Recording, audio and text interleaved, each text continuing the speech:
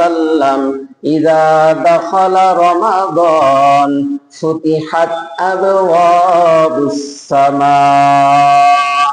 মুসলমান ভাইরা আমার, বিশ্বনবী জনাবে মুহাম্মদুর রাসূলুল্লাহ সাল্লাল্লাহু আলাইহি ওয়াসাল্লাম বলেন, যখন রমজান মাসের আগমন ঘটে যায়, যখন রমজান মাস তোমাদের মাঝে আগমন করে, ওই সময়ে আল্লাহ পাক রব্বুল আলামিন রমজানের স্বার্থে এই আসমানের দরওয়াজাগুলোকে খুলে দেন। অন্য বর্ণনায় বিশ্বনবী জনাবে মুহাম্মদুর রাসূলুল্লাহ সাল্লাল্লাহু আলাইহি ওয়াসাল্লাম বলেন, ইযা জাআ রমাদানু ফুতিহাত আবওয়াবুল জান্নাহ। যখন রমজান মাসের আগমন ঘটে যায়, আল্লাহ রব্বুল আলামিন শুধুই আসমানের দরজাগুলোকে খুলে দেন তাই নয়, বরং আসমানের দরজা খোলার সাথে সাথে আল্লাহ পাক রব্বুল আলামিন জান্নাতের দরজাগুলোকে খুলে দেন। মুসলমান ভাইয়েরা আমার, বিশ্বনবী জনাবে মুহাম্মদুর রাসূলুল্লাহ সাল্লাল্লাহু আলাইহি ওয়াসাল্লাম এই রমজানুল মুবারকের ফজিলত বর্ণনা করতে গিয়ে বলেন, ওয়া বুল্লিকাত আবওয়াবু জাহান্নাম। আল্লাহ তাআলা এই রমজানের সম্মানার্থে জাহান্নামের দরজাগুলোকে বন্ধ করে দেন।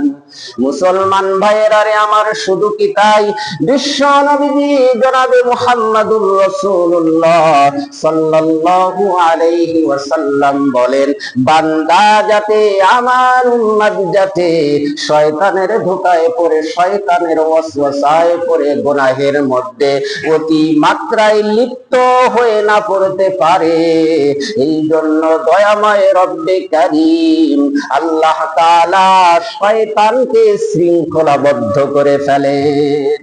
শয়তানকে কি করা হয়? শৃঙ্খলাবদ্ধ করে ফেলা হয়।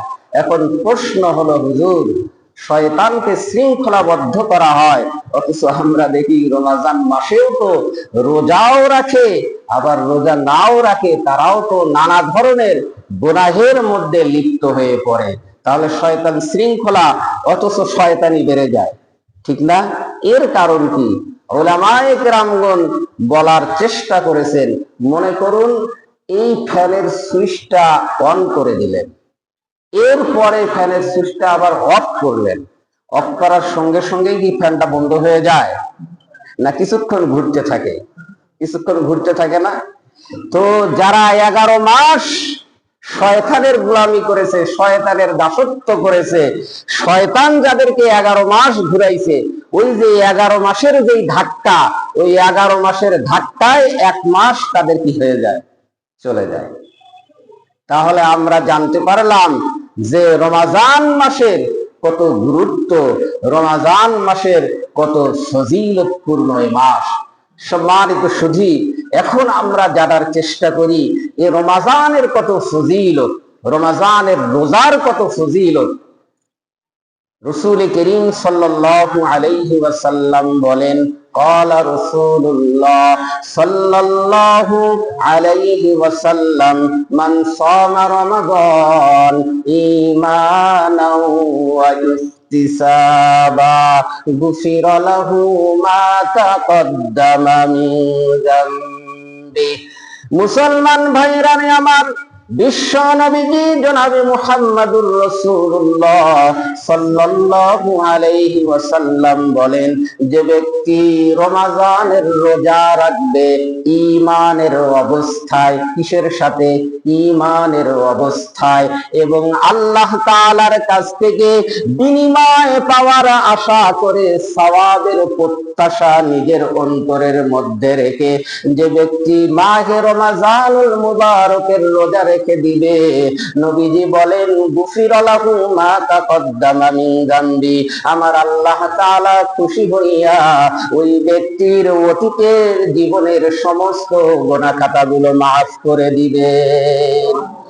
মুসলমান ভাইয়েরা আমার, এই রমজানুল মুবারকের রমজানের রোজার এত ফজিলত, রোজাদারদের এত ফজিলত, রোজাদারদের ফজিলতকে বর্ণনা করে আমার নবীজি বলেন, ইন্না ফিল জান্নাতি বাবা ইউকালু লাহুর রায়্যান ইয়াদখুলু মিনহুস সায়িমুনা ইয়াওমাল কিয়ামা।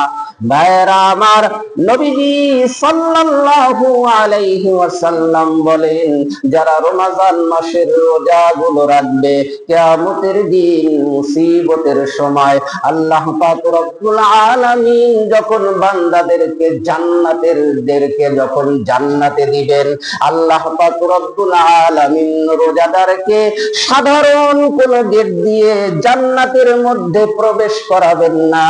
বলুন তো, জান্নাতের সব গেটেই তো কি অসাধারণ।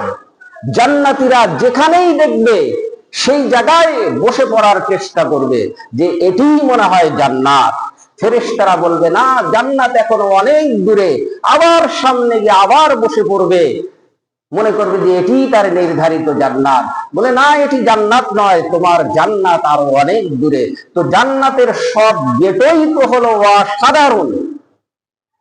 এর মধ্যে যারা রমজানের রোজা রাখবে তাদের জন্য আবার বিশেষ গেট।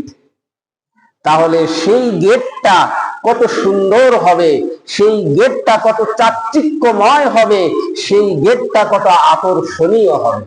দুনিয়ার সামান্য বিভিন্ন আয়োজনকে কেন্দ্র করে দেখবেন কিছু গেট নির্মাণ করা হয়। একটা হলো একটু অসাধারণ গেট, আরেকটি হলো একটু সাধারণ মানুষের জন্য যাতায়াতের জন্য সাধারণ গেট। তো যারা আমরা সাধারণ, তাদের মনের ভিতরে আসে, ওই গেটটা কত সুন্দর, ওই গেট দিয়ে যদি আমিও একটু ঢুকতে পারতাম ভিআইপি, ঠিক না? তাহলে জান্নাতের সব গেটই তো সুন্দর, সব গেটই তো মনোমুগ্ধকর, চাকচিক্যময়। সেখানে যদি রোজাদারদের জন্য আলাদাভাবে বরাদ্দকৃত গেট থাকে, তাহলে সেই গেটটা কত সুন্দর হবে, এটি কি আমরা কল্পনাও করতে পারবো? আমরা কি কল্পনাও করতে পারবো? সেই গেট দিয়ে আমরা সকলেই জান্নাতে ঢুকতে চাই, সকলেই চাই ইনশাআল্লাহ। তাহলে রমজানুল মুবারকের 30 বা 29টি রোজা নিরবিচ্ছিন্ন ভাবে, ধারাবাহিক ভাবে ইনশাআল্লাহ আমরা রাখবো। সকলেই বলি ইনশাআল্লাহ। মুসলমান ভাইয়েরা আমার, বিশ্ব নবীজি জনাবে মুহাম্মাদুর রাসূলুল্লাহ সাল্লাল্লাহু আলাইহি ওয়াসাল্লাম বলেন, ওই যে জান্নাতের গেট রায়্যান নামক বিশেষ গেট, যেটা রোজাদারদের জন্যই নির্মাণকৃত গেট, রোজাদারদের জন্যই এই গেটকে ওপেন করা হবে। রমজানের রোজাগুলো যারা রাখবে, রোজাদাররা যখন একজন করে ওই বিশেষ গেট দিয়ে প্রবেশ করবে জান্নাতের মধ্যে, আমার নবীজি বলেন, ফাইদা দাখলা আখিরুহুম উলিকা, যখন সর্বশেষ মানুষটা, রোজাদারটা এই বিশেষ গেট রায়্যান নামক গেট দিয়ে যখন জান্নাতের মধ্যে প্রবেশ করবে, আল্লাহ সুবহানাহু ওয়া তাআলা ওয়ানাদি, অনন্তকালের জন্য এই গেটকে সিলগালা করে দেয়া হবে। এই গেটকে আর কোনোদিন খোলা হবে না, এই গেট চিরদিনের জন্য বন্ধ করে দেওয়া হবে। এটি শুধুই রোজাদারদের জন্য এই গেট নির্মিত। রোজাদারদের ঢোকা প্রবেশ শেষ হওয়ার সাথে সাথেই এই গেটকে আবার চিরতরে কি করে দেওয়া হবে? বন্ধ করে দেওয়া হবে। আল্লাহ পাক রব্বুল আলামিন আমাদেরকে সেই গেট দিয়ে জান্নাতুল ফিরদাউসে ঢোকার তৌফিক দান করুন। সম্মানিত সুধী, এই রমজান মাসের এত ফজিলত বিশ্ব নবীজি জনাবে মুহাম্মাদুর রাসূলুল্লাহ সাল্লাল্লাহু আলাইহি ওয়াসাল্লাম বলেন, কুল্লু আমালি ইবনি আদম ইউযাআফুল হাসানাতু বিআশরি আমসালিহা ইলা ৭০০ দিইফিন। বনি আদম অর্থাৎ আদম সন্তানদের প্রত্যেকটা নেক আমলের সওয়াবকে আল্লাহ পাক রব্বুল আলামিন 10 থেকে নিয়ে 700 গুণ পর্যন্ত বৃদ্ধি করে দেন। কিন্তু একমাত্র রোজার সওয়াব এত বেশি হবে যে আল্লাহ পাক রব্বুল আলামিন 700 গুণের মধ্যেই ক্ষান্ত করবেন না, বরং রোজাদারদের জন্য আল্লাহ পাক রব্বুল আলামিন বিশেষ ঘোষণা দিয়েছেন। বিশ্বনবী জনাবে মুহাম্মদুর রাসূলুল্লাহ সাল্লাল্লাহু আলাইহি ওয়াসাল্লাম বলেন, সাধারণত তো 10 থেকে নিয়ে আমলের সওয়াবকে 700 গুণ পর্যন্ত বাড়ানো হয়, কিন্তু রোজাদারদের জন্য, যারা রোজাগুলোকে রাখবে তাদের জন্য আল্লাহ পাক রব্বুল আলামিন বলেন ইল্লাস সাওম, কিন্তু রোজা, এই রোজার সওয়াব আমি আল্লাহ পাক রব্বুল আলামিন স্বয়ং নিজ হাতে দান করব। মুসলমান ভাইয়েরা রে আমার, আল্লাহ পাক রব্বুল আলামিনের কথা নবীজি বর্ণনা করেন। আল্লাহ তাআলা বলেন ফাইন্নাহু লি ওয়া আনা আজজি বি, কেননা রোজা আমার জন্য এবং রোজার প্রতিদান আমি আল্লাহ তাআলা নিজ হাতেই দান করব। অন্য বর্ণনায় আসছে রোজা আমার জন্য এবং রোজার প্রতিদান স্বয়ং আমি আল্লাহ পাক রব্বুল আলামিন নিজেই। সুবহানাল্লাহ। রোজাদারের প্রতিদান কি? স্বয়ং আল্লাহ পাক রব্বুল আলামিন নিজেই। আমরা যে যাকাত আদায় করি, এই যাকাত আল্লাহ তাআলার জন্য না। এই যে নামাজ আদায় করি, নামাজ আল্লাহ তাআলার জন্য না। কিন্তু রাসূল করিম সাল্লাল্লাহু আলাইহি ওয়াসাল্লাম আল্লাহ তাআলার এই কথা তো আল্লাহ তাআলার পক্ষ থেকে বর্ণনা করেন নাই যে যাকাতুলি, যাকাত আবার জন্য এবং যাকাতের সওয়াব প্রতিদান আমি আল্লাহ তাআলা নিজ হাতেই দান করব, এরকম কথা কিন্তু আল্লাহ তাআলা বলেন নাই নবীজির মাধ্যমে। হজ আমার জন্য, হজের প্রতিদান আমি আল্লাহ তাআলা নিজেই দান করব, আল্লাহ তাআলা এই কথা কিন্তু বলেন নাই। কিন্তু বললেন কি as-সাওমু লি, রোজা আমার জন্য এবং রোজাদারের প্রতিদান একমাত্র আমি আল্লাহ তাআলা নিজ হাতেই দান করব। তাহলে এর ব্যাখ্যাটা কি?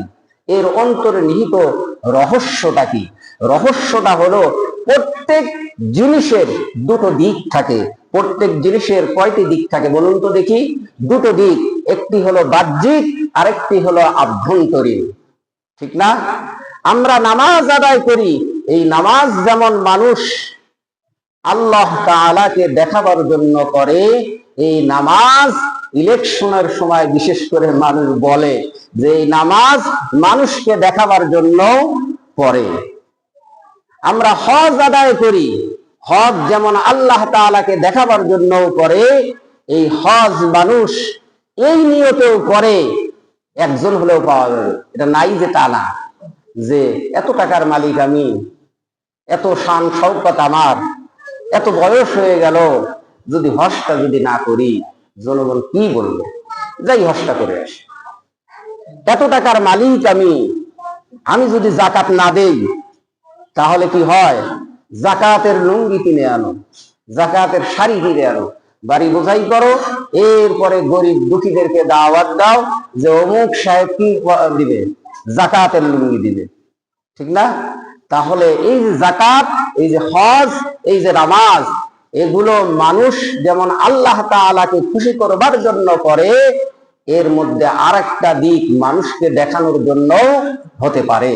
এই জন্য আল্লাহ তাআলা এই কথা বলেন নাই যে যাকাতুলি, যাকাত আমার জন্য, আল হাজ্জুলি, হজ আমার জন্য, as-সালাতুলি, সালাত নামাজ আমার জন্য, কারণ এর দুটো দিক থাকে। কিন্তু একমাত্র রোজা, এই রোজা কোন মানুষ, দূরের কথা কোন পাগলও মানুষকে দেখাবার জন্য সারাদিন না খাইয়া থাকবে না। সারাদিন না খাইয়া থাকার কোনো দরকার আছে? আমি যদি এইখানে মসজিদে আসার পরেই যদি পানি খায়া, একদম যা খাওয়া লাগে তা খায়া যদি আপনাদের সামনে আসে বয়ান করি, আপনারা দেখতে পাইতেন? তাহলে আমার খাইতে অসুবিধা কি? এই যে আমরা কেউ খাই না, গোপনেও খাই না, প্রকাশ্যে তো প্রশ্নই আসে না, গোপনেও খাই না, যে শুধু আমি জানবো আর কেউ জানবে না তাও খাই না, এটা একমাত্র আল্লাহ তাআলার ভয়েই খাই না। এই জন্য একমাত্র রোজা, রোজা আল্লাহ তাআলার জন্য, আর এই রোজার প্রতিদান স্বয়ং আল্লাহ রাব্বুল আলামিন নিজেই দান করবেন। অন্য বর্ণনায় আসছে রোজা আমার জন্য এবং রোজাদারের প্রতিদান স্বয়ং আমি রব্বুল আলামিন নিজেই। সুবহানাল্লাহ বলেন। মুসলমান ভাইয়েরা রে আমার, এই যে রোজা এত গুরুত্বপূর্ণ, এত ফজিলতপূর্ণ, সওয়াবপূর্ণ রোজা, এই রোজাকে যদি কোনো মানুষ যদি হেলায় হেলায় যদি ছেড়ে দেয়, কোনো মানুষ যদি রমজানের রোজাকে যদি না রাখে, তার জন্য কি শাস্তি, ভয়ঙ্কর শাস্তি অপেক্ষা করতেছে।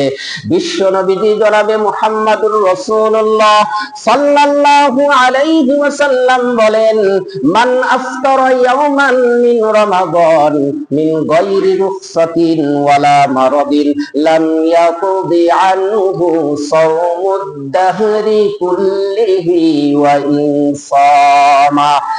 নবীজি সাল্লাল্লাহু আলাইহি ওয়াসাল্লাম বলেন, যে ব্যক্তি মাহে রমজানুল মুবারকের রোজাকে কোন রুখসত ব্যতীত, কোন ওজর ব্যতীত, কোন দুরারোগ্য কঠিন অসুস্থতা ব্যতীত, মুসাফির হওয়া ব্যতীত স্বেচ্ছায় সজ্ঞানে ছেড়ে দিবে, ওই ব্যক্তি যদি তার জীবনের ওই দিন থেকে শুরু করে নিয়ে জীবনের শেষ দিন পর্যন্ত যদি নিরবিচ্ছিন্ন ভাবেও যদি রোজা রেখে দেয়, এরপরেও রমজানের একটা রোজা ছেড়ে দেওয়ার কারণে সে যে অপরাধ করেছে, সে যে কল্যাণ থেকে মাহরুম হয়েছে, বঞ্চিত হয়েছে, সারা জীবনের সমস্ত রোজা নিরবিচ্ছিন্ন ভাবে রাখলেও রমজানের রোজা একটা ছেড়ে দেওয়ার কারণে যে অন্যায় হয়েছে, সেই অন্যায় থেকে মাফ পাওয়া যাবে না। তাহলে কত বড় মারাত্মক রমজানের রোজার গুরুত্ব, কত বেশি এটি রমজানের রোজার গুরুত্ব বুঝিয়েছেন, এর ফজিলত বুঝিয়েছেন, যে রমজানের রোজার ফজিলত এত বেশি। অথচ কেউ যদি শুরু থেকেই রোজা না রেখে শয়তানের ওয়াসওয়াসায় পড়েছে, শুরু থেকেই রোজা রাখে দেয়, তাহলে রোজা একেবারেই রাখে দেয়, একেবারেই রাখে দেয়, তাহলে একটা রোজার জন্য একটা রোজা দিতে হবে। একটা রোজার জন্য কয়টি রোজা দিতে হবে? একটা রোজা দিতে হবে। পরে শয়তান দূর হয়ে গেছে, আল্লাহ তাআলার ভয় চলে আসছে, যারে আমি মাহে রমজানের রোজা কাজা করে ফেলেছি, রাখি দেয়, তাহলে একটা রোজা তরক করার কারণে একটা রোজা দিলেও ইনশাআল্লাহ তার কাজা আদায় হয়ে যাবে। কিন্তু রমজানের যেই বরকত, রমজানের যেই ফজিলত, সেই ফজিলত কিন্তু পাওয়া যাবে না। আরেকটি হলো, মনে করুন রমজানের রোজা কেউ রাখলো, মাঝ পথে এসে সে শয়তানের ওয়াসওয়াসায় পড়ে ভেঙ্গে দিল রোজাটা, তাহলে এই ব্যক্তির অপরাধটা কি সাধারণ অপরাধ নাকি বড় অপরাধ? এটা অনেক বড় অপরাধ। আগেরটার চাইতে এর অপরাধের ধরন কি আরো মারাত্মক। যেহেতু সে রেখেছিল, এখন আবার শরীয়তকে, আল্লাহ তাআলার বিধানকে বিধানগুলি দেখায়া মাঝপথে রোজা ভেঙে দিয়েছে, এই জন্য তার এক রোজার কাজা একটা তো করতেই হবে, এবং এক রোজার সাথে এই এক রোজার কাফারা স্বরূপ তাকে নিরবিচ্ছিন্ন ভাবে 7টি রোজা রাখতে হবে। কয়টি রোজা রাখতে হবে? 7টি রোজা রাখতে হবে। একটাই রাখতে পারে না, 7টি রাখবে কিভাবে? এই জন্য রমজানের রোজা ছেড়ে দেওয়া যাবে? রমজানের রোজা ছেড়ে দেওয়া যাবে? সম্মানিত সুধী, যেহেতু এটি দীর্ঘ একটি মাস যদি আমি আলোচনা করতাম, এরপরে রমজানের রোজা কেন্দ্রিক, রমজান কেন্দ্রিক আলোচনা শেষ করা সম্ভব ছিল না। কিন্তু যেহেতু আরো গুরুত্বপূর্ণ বিষয় নিয়ে আপনাদের সাথে বাকি জুমাগুলায় আলোচনা করতে হবে, এই জন্য রমজান কেন্দ্রিক যে আলোচনা এখানেই শেষ করে দিতে বাধ্য হলাম।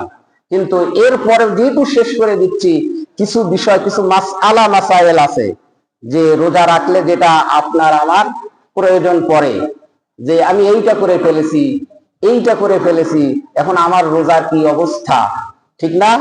এই জন্য এই মাসআলা মাসাইল গুলো দু চারটা বলি নাকি? মাসআলা মাসাইল গুলো দু চারটা বলবো না, নামাজ শুরু করে দেবো? বলবো?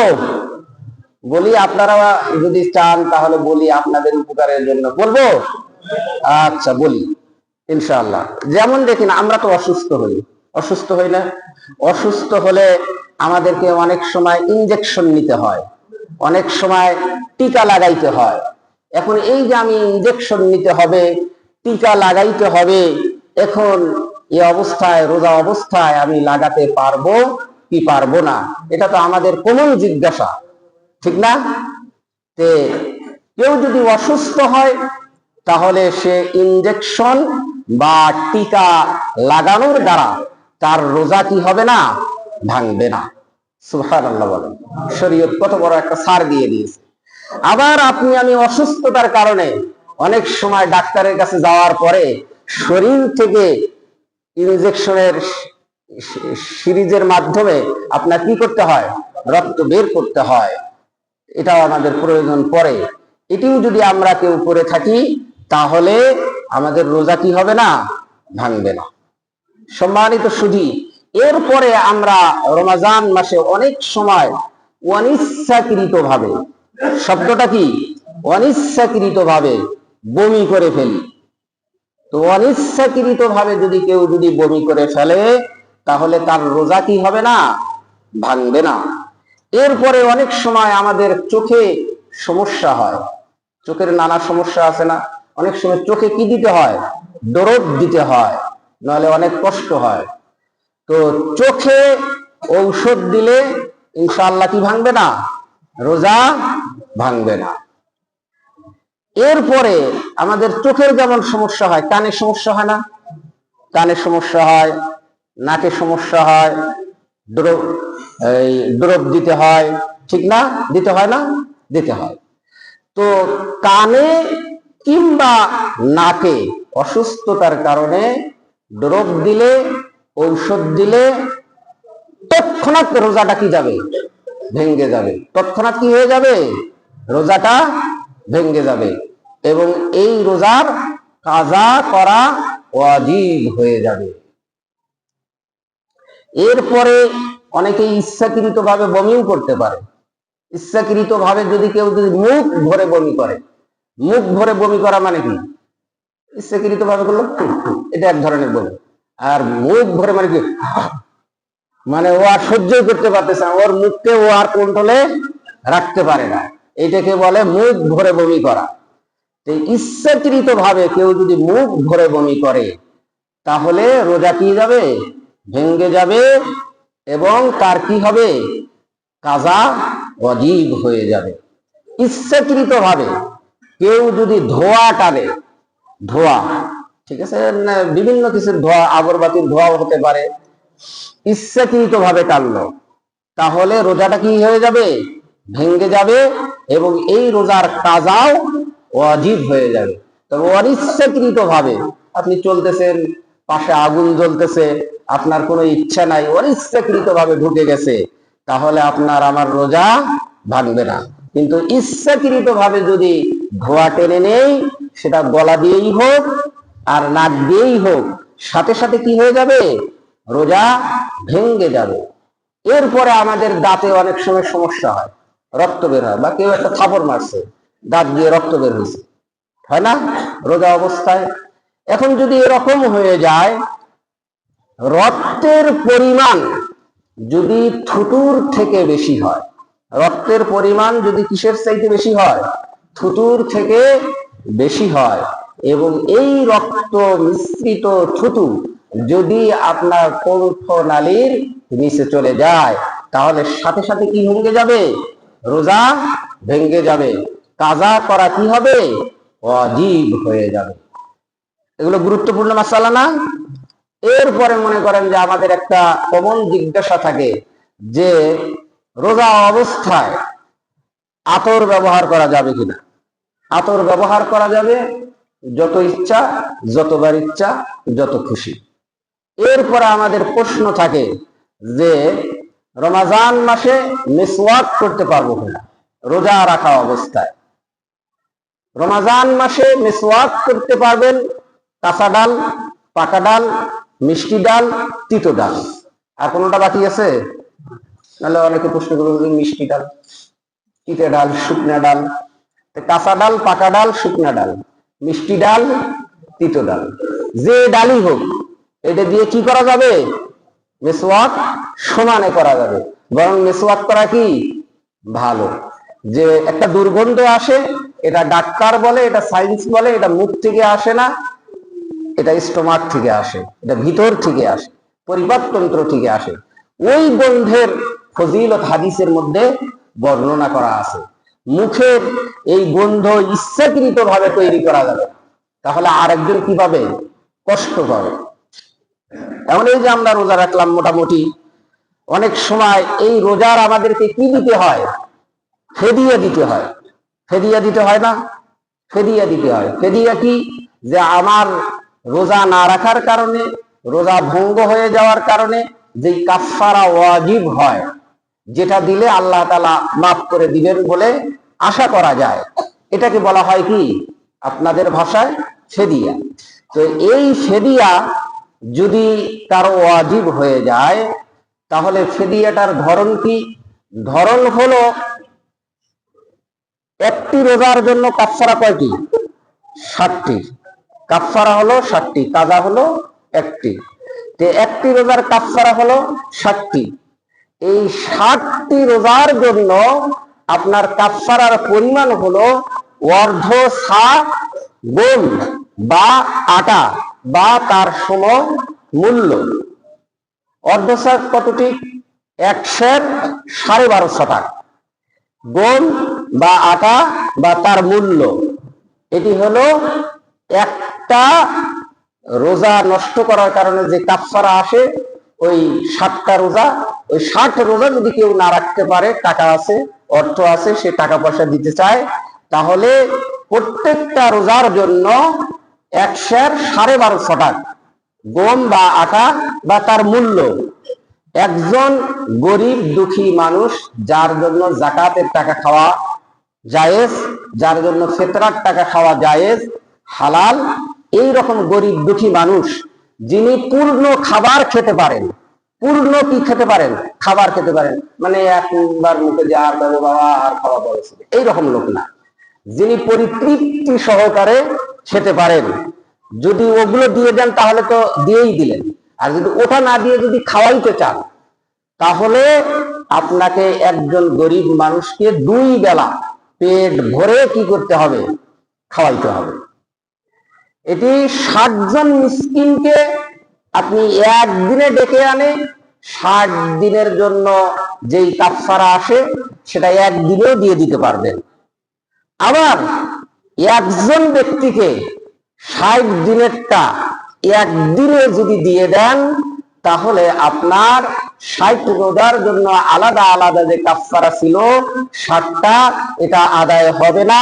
বরং একজন ব্যক্তিকে একসাথে 60 দিনেরটা একেবারে দেওয়ার কারণে একদিনেরটাই আদায় হবে, 60 দিনেরটা আদায় হবে না।